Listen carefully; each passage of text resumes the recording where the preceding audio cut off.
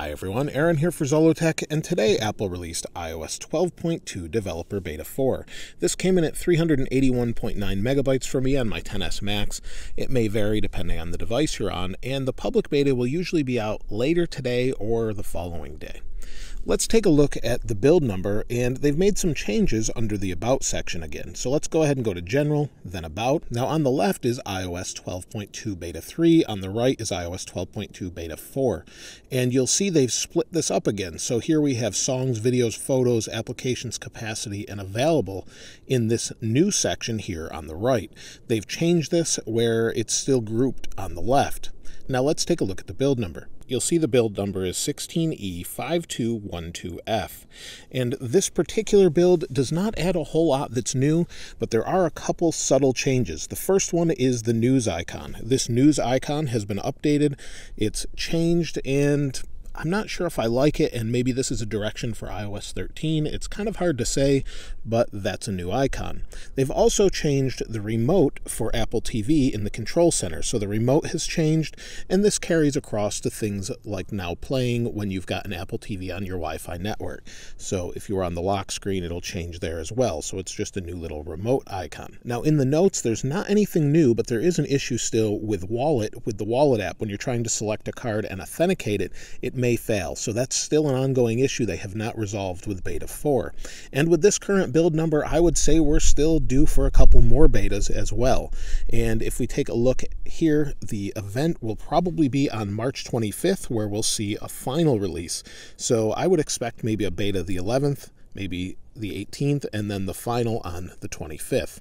Now, this particular version does not seem to have anything really exciting or new, but one more thing to note is under About, in the About section, what we have is new modem and carrier updates as well. So maybe they're refining the issue people were having with LTE and Wi-Fi again, and hopefully you won't have connectivity issues. I have noticed a few more the more I've been using it.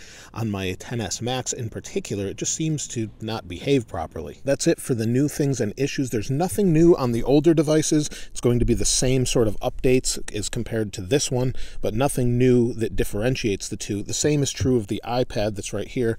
Nothing new there. Everything feels fast and fluid still, and I haven't had any issues, but it's only been out for an hour and a half or so at this point. So there's not really a whole lot going on. It seems responsive. It seems to work okay, and I didn't have it lock up before.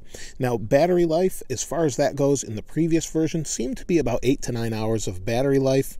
My health, you'll see, is still at 100%, and battery life overall, while it doesn't look like very much here with 3 hours, that was over 50% battery life left. So the battery life for me on Beta 3 was pretty good, and I would assume it will be the same for Beta 4, but you never know. It will take a few days to know that for sure, so be sure to check on the follow-up for that I put out. I'll do a YouTube community poll as well to see how it's going for you and which device.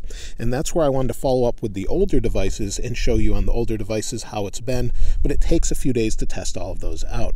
So I did run a Geekbench to test the actual speeds, and I ran it twice, and it was okay. This was the best score I got, 4,803 for single core, 11,020 for multi-core. If you take a look at the history, it's not so great. So these two I ran, it actually went down, but it's about the same, and we should expect performance to be just about the same. Now, there's one more thing I noticed that's probably not a new change since I found it on the newer devices, but I noticed that it was not on the older devices, so I thought I'd share it with you. If we go to Settings, go to Notifications, scroll all the way to the bottom, there's a third alert. There's a public safety alert. I didn't see this on older devices, and it only seems to be on the XS, XS Max, and XR, so there might be a different antenna in them for that. Let me know if you have that, though, in the comments below. I know it's not new to Beta 4, but no one seems to have mentioned it.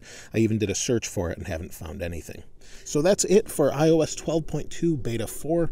Be sure to check back for the follow-up. If you haven't subscribed already, please subscribe and like. As always, thanks for watching. This is Aaron. I'll see you next time.